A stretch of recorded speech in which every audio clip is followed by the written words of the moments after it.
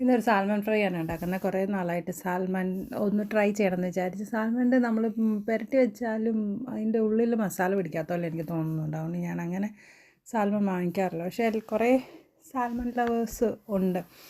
അപ്പം നമ്മളൊരു പാനിൽ എണ്ണ ഒഴിച്ചു, പിന്നെ അതിൻ്റെ അകത്തോട്ട് ഇഞ്ചി വെളുത്തുള്ളി ചേർത്തു. ഇനി കുറച്ച് ഇതൊത്തിരി അങ്ങോട്ട് ഫ്രൈ ആവണ്ട, നമ്മൾ ജസ്റ്റ് ആ ഒരു പച്ചമണം മാത്രം അറിയാൽ മതി.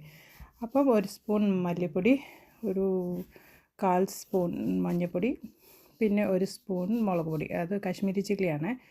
പിന്നെ അത് നന്നായിട്ട് ഇളക്കിയിട്ട് അതിൻ്റെ അകത്തോട്ട് നമ്മുടെ പിന്നെ ആവശ്യത്തിന് ഉപ്പുകൂടി ചേർത്ത് ഇളക്കിയിട്ട് നമ്മുടെ കഴുകി വച്ചേക്കുന്ന സാൽമൺ ഇങ്ങനെ ഒന്ന് ഇട്ടിട്ട് 1 മിനിറ്റ് കഴിയുമ്പോഴത്തേക്കിന് ഇത് തിരിച്ചു വിടണം.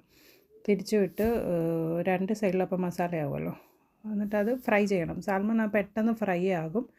പിന്നെ നമുക്ക് വേണമെങ്കിൽ ഒന്ന് 1 മിനിറ്റ് ഒന്ന് അടച്ചു വെക്കുക, ശരിക്കാവുന്ന ഒരു വേവ് കറക്റ്റ് ആവാൻ വേണ്ടിയിട്ട് വേണമെങ്കിൽ 1 മിനിറ്റ് അടച്ചു വെക്കുകയും ചെയ്യാം. പിന്നെ അത് ഇടയ്ക്ക് തിരിച്ചു മറിച്ച് ഇട്ട് കൊടുത്തിട്ട് ഇത് ഒത്തിരി അങ്ങ് ഫ്രൈ ആവുകയോ വേണ്ട, പെട്ടെന്ന് കരിഞ്ഞു പോവുകയും ചെയ്യും. അപ്പം നമ്മുടെ ഒരു പാകത്തിനാക്കി പെട്ടെന്ന് ഫ്രൈ ചെയ്തെടുക്കുക. അതിൽ ഫ്രൈ ചെയ്ത് കഴിയുമ്പോഴത്തേക്കും നമ്മളതെടുത്ത് വേറെ പാത്രത്തിലോട്ടെടുത്ത് മാറ്റിയിട്ട് നമ്മുടെ ആ സെയിം നമ്മൾ ആ വറുത്ത പാത്രത്തിലോട്ട് കുറച്ച് ബട്ടറും കൂടി ചേർത്തിട്ട് ബട്ടർ നന്നായിട്ട് മെൽറ്റ് ചെയ്ത് കഴിയുമ്പോഴത്തേക്കിന് ഞാൻ ഒരു ടിന്നിൽ സ്ലൈസ്ഡ് ടൊമാറ്റോ ഉണ്ടായിരുന്നു, ആ ടൊമാറ്റോ ചേർത്ത്. നമ്മുടെ കയ്യിൽ ടൊമാറ്റോ പ്യൂരി ഉണ്ടെങ്കിൽ ടൊമാറ്റോ പ്യൂരി ചേർക്കാം, അല്ലെങ്കിൽ ഫ്രഷ് ടൊമാറ്റോ ആണെങ്കിൽ അതിൻ്റെ തൊലി കളഞ്ഞിട്ട് ടൊമാറ്റോ മാത്രം അരിഞ്ഞ് ചേർക്കാം. നന്നായിട്ട് ഇളക്കി കഴിയുമ്പോഴത്തേക്കിന് ഉരുളക്കിഴങ്ങും ബീൻസും നമ്മൾ എടുത്ത് വെച്ചിരുന്നതും ചേർത്ത് നന്നായിട്ട് ഇളക്കി അതിൻ്റെ അകത്ത് കുറച്ച് കുരുമുളക് പൊടിയും പിന്നെ കുറച്ച് ഫ്രഷ് കുരുമുളക് ക്രഷ് ചെയ്ത് ചേർത്ത് അതും കൂടി ചേർത്ത് ഇളക്കി. അത് കഴിഞ്ഞപ്പോഴത്തേക്കിന് 2 മിനിറ്റ് ഞാൻ അടച്ചു വെച്ചു. അത് കഴിയുമ്പോൾ തുറന്നിട്ട്, കാരണം ഇത് ബീൻസൊക്കെ ഇച്ചിരി ഒന്ന് വേവണമല്ലോ.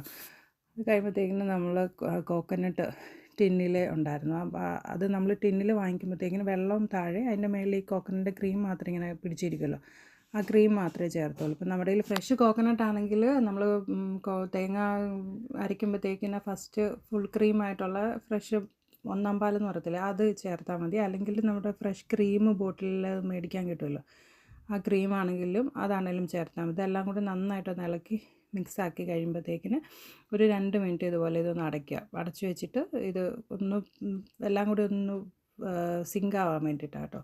2 മിനിറ്റ് കഴിയുമ്പോഴത്തേക്കിന് നമ്മൾ വറുത്ത് ഓൾറെഡി മാറ്റി വെച്ചേക്കുന്ന നമ്മുടെ സാൽമണും കൂടി അതിൻ്റെ അകത്തോട്ട് ഇട്ടിട്ട്, സാൽമൺ ഇടുമ്പോഴത്തേക്കിനും നമ്മൾ പിടിക്കുമ്പോഴത്തേക്കിനും ഈ സാധനം ഇങ്ങനെ പൊടിഞ്ഞു പോകുമല്ലോ, അതുകൊണ്ട് നല്ല ജെൻറ്റിലായിട്ട് പാത്രത്തിലോട്ട് ഇടുക. എന്നിട്ട് നമ്മുടെ ഈ പ്യൂരി ഉണ്ടാക്കി വെച്ചേക്കുന്നതും സാൽമൻ്റെ മേളിലോട്ടൊന്നും ചെറുതായിട്ടൊന്ന് ആക്കി കൊടുക്കുക. എന്നിട്ടൊരു 3 മിനിറ്റ് അടച്ചു വെച്ച് വേവിക്കുക. അടച്ചു വെച്ച് കഴിഞ്ഞ് 3 മിനിറ്റ് കഴിയുമ്പോഴത്തേക്കിന് ഇങ്ങനെ നമ്മൾ ടൈം നോക്കിയില്ലെങ്കിലും ഈ ഒരു പരുവത്തിലാകുമ്പോഴത്തേക്കിന് ഇത് ഏകദേശം കരിഞ്ഞ് കുറച്ച് പൊട്ടാൻ തുടങ്ങിയിട്ടുണ്ട്. ഞാനാണെങ്കിൽ കൈ തുറങ്ങിയപ്പോഴത്തേക്കിന് എൻ്റെ കയ്യിലും പൊട്ടി വീഴുകയും ചെയ്തായിരുന്നു തുറന്ന ഉടനെ. അപ്പോൾ അതുകൊണ്ട് നമ്മൾ സൂക്ഷിച്ചൊക്കെ കുക്ക് ചെയ്യുക. നമ്മൾ ആദ്യം സാൽമൺ പാത്രത്തിലോട്ട് മാറ്റുക, പിന്നെ ആ വെജിറ്റബിൾസും പാത്രത്തിലോട്ട് മാറ്റുക. അതുകൊണ്ട് നല്ല ടെസ്റ്ററായിട്ട് വന്നു. സാധാരണ നമ്മൾ സാൽമൺ ഇത് ചെയ്യുമ്പോഴത്തേക്കിന് ആ മീനിൻ്റെ ഉള്ളിലോട്ട് ചെറിയൊരു ടേസ്റ്റ് പിടിക്കാത്ത പോലെ എനിക്ക് തോന്നിയിട്ടുണ്ട്. പക്ഷേ ഇങ്ങനെ ഒന്ന് ട്രൈ ചെയ്ത് നോക്കുക, എല്ലാവർക്കും ഇഷ്ടപ്പെടും. Thank you.